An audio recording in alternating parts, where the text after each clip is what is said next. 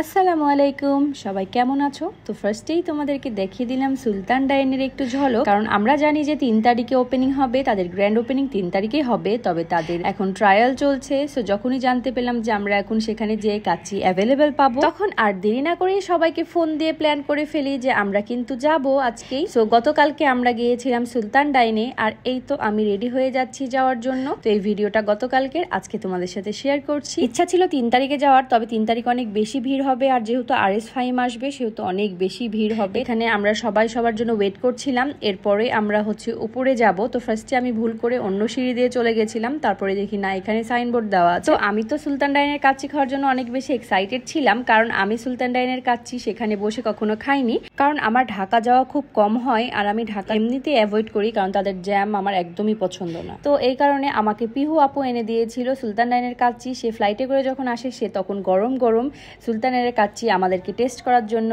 নিয়ে এসে দিয়েছিল। থ্যাংক ইউ তোমাকে খাওয়ানোর জন্য।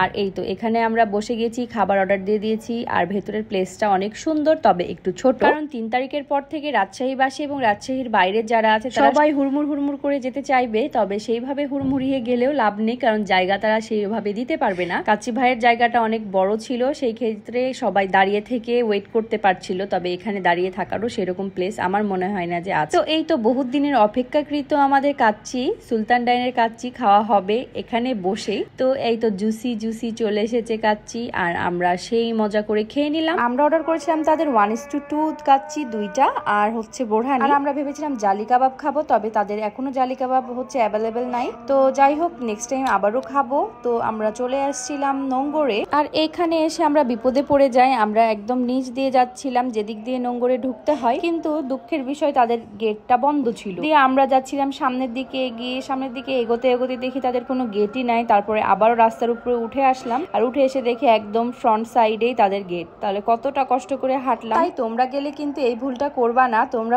একদম রিক্সা নিয়ে হাতের বাম সাইডে একটু সামনের দিকে এগিয়ে দেখবা যে গেট খোলা আছে সুন্দর করে, আর ওই দিক দিয়ে ঢুকলে তোমাদের একদম কাছে হয়ে যাবে নোঙ্গর। আর নোঙ্গরের ভেতরে কিন্তু এরকম রাতের বেলাতে বসতে অনেক বেশি ভালো লাগে, কারণ নদীর ধারে কিন্তু হালকা হালকা বাতাস হয়, তো ভালোই লাগছিল। আমরা তো অনেকক্ষণ ধরে আড্ডা দিয়েছি, প্রায় 1 ঘন্টা 1.5 ঘন্টা বসে গল্প করলাম, আইসক্রিম খেলাম। তো এখানে কিন্তু আমি রিলস দিয়ে দিয়েছি, এই ভিডিওটা কিন্তু অলরেডি তোমরা দেখে নিয়েছো। এখানে একটা গাছের ফুল নিয়ে অনেক গবেষণা চলছিল, মমি আপু অনেক কোয়েশ্চেন করছিল। যাই হোক, এই তো আমরা নোঙ্গরের ভেতরে ঢুকে গেলাম, আর ভেতরে যাওয়ার সাথে সাথে অনেকগুলো গাছপালার জন্য ভেতরটা কিন্তু বেশ ঠান্ডাই হয়েছিল। এত গরমের ভেতরে একটু গাছপালার মধ্যে বসতে কিন্তু ভালোই লাগে। তো এরপরে পিহু আপু আমাদের সবার জন্য আইসক্রিম নিয়ে চলে আসে, আর আমরা এখানে বসে থেকে অনেকক্ষণ আড্ডা দিই, গল্প করি, মনের দুঃখের সুখের সব গল্প করি। তো অনেকক্ষণ আড্ডা দেওয়ার পরে আমাদের আড্ডার পালাও শেষ, আর আমার ভিডিওটাও এই পর্যন্তই শেষ করছি। সবাই ভালো থাকবা, আর আমার ভিডিওতে লাইক কমেন্ট করতে ভুলবা না।